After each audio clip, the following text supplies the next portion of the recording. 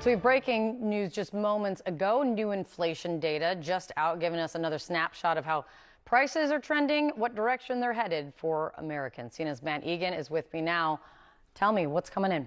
Yeah, well, unfortunately, Kate, the snapshot is not a pretty one because we're back to 3% inflation in the United States for the first time since January. So these new numbers out show that prices were up by 0.3% between August and September. That's actually slightly better than expected. Okay. However, the annual inflation rate moved in the wrong direction from 2.9% to 3%. And as I mentioned, that is a new 8-month high for inflation. And when you look at the trend, what's important to remember is that inflation was going in the right direction, right? Earlier this year, back in April, inflation went down to 2.3%. That's the dip in the middle of that chart. So that goes back to September, back when then candidate Trump was on the campaign trail saying inflation was out of control. But you can see clearly we're in a worse spot now than we were last fall, when inflation was maybe the biggest issue, certainly the biggest economic issue on the minds of voters. Absolutely. So that's pretty telling. And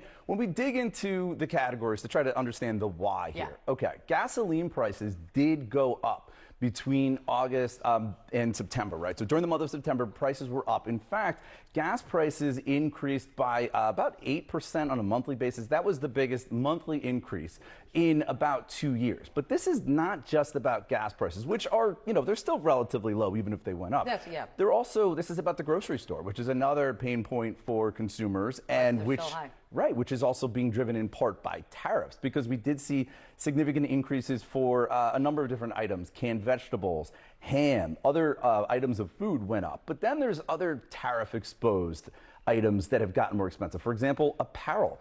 Apparel went up by almost 1% on a monthly basis. They warned this was coming. They warned that it was coming in the fall. Because so much of the clothes they're imported, so they are exposed to those tariffs. Girls' apparel jumping by almost 4% on a monthly basis. And then two other things that are exposed to tariffs that I'll just call out. Appliances, they went up significantly by about 2%, and also some furniture increased significantly. And we know that furniture just got tariffed by the president. So look, you put it all together, inflation is not as bad as some had feared it could be, right? And it's certainly not the nightmare of 3.5 years ago, okay?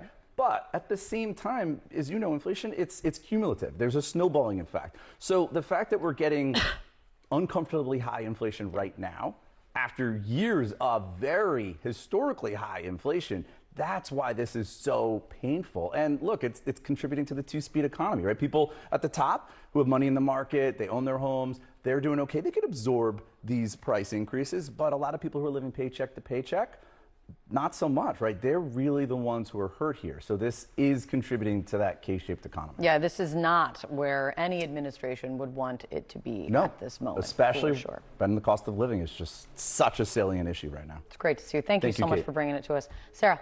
All right, let's talk about the government shutdown. It's second longest in U.S. history. And as it drags on, since we're talking about the economy, leaving hundreds of thousands of Americans without a paycheck, how are Americans feeling right now about the economy? CNN's Harry Enten is here now to run the numbers. A lot of talk about the economy. You just heard those numbers, that inflation going up, which is not what anyone wants to see. But you said you found something surprising about how Americans feel about the economy. Yeah, quite surprising. I would honestly, sometimes you look at the numbers and you just go, whoa, it kind of pops off the screen. This is going to be a contrarian take. What are we talking about? Well, Matt was mentioning about the econ playing such an important role in last year's presidential election. The top problem facing the U.S. is economic per Gallup. Last year, look at this, 43% at this time, 43% of Americans said the top problem was economic. Come to this side of the screen. It's just considerably different. We're talking about 24%. We're talking about a drop of near 20 points. And more than that, we're talking about across all of the different political groups, right? Democrats, independents, Republicans. We see that the percentage who say the top problem is economic has been falling through the floor. And more than that, we're talking about inflation. The percentage of Americans who say that the top problem is inflation has also been falling, which is, I think, very much surprising given all the news that we are hearing about the economy. It really is surprising. How does this compare to the historical look at how people feel about the economy? Okay, so let's talk about, we'll go through history, right? Let's take a look. The top problem facing the United States is economic. And the average midterm election It's 35%. It's 35%. Look at where we are now. Again, it's 24%. It is lower. Fewer Americans right now are saying the top problem is economic than historically have said that the top problem is economic. So it's not only that the top problem being economic is lower than we were at this time last year, it is lower than we have historically been despite all the news about how the economy is supposedly softening. So you just look at these numbers and you just go to yourself, wait a minute, there's something going on here with the American public whereby you're getting all this economic news, but yet the percentage of Americans who say the top problem is economic has actually been falling and is lower than it normally is. It's fascinating. All right. How are people feeling about the shutdown vis-a-vis whether that's having an impact on the economy? You know, the story of this segment has essentially been that fewer people are saying that the economy is a top problem than historically were a year ago. And so perhaps not surprisingly, we'll end on this note. Harm shutdown is having on the economy a great deal or quite a bit. Back in 2013, the last time we had this measure during a shutdown, it was 65%. You come over to this side of the screen, again, it's significantly lower. It's 48%. It's less than a majority. So what we're talking about here is, again, fewer Americans are saying the top problem is economic compared to last year and historically.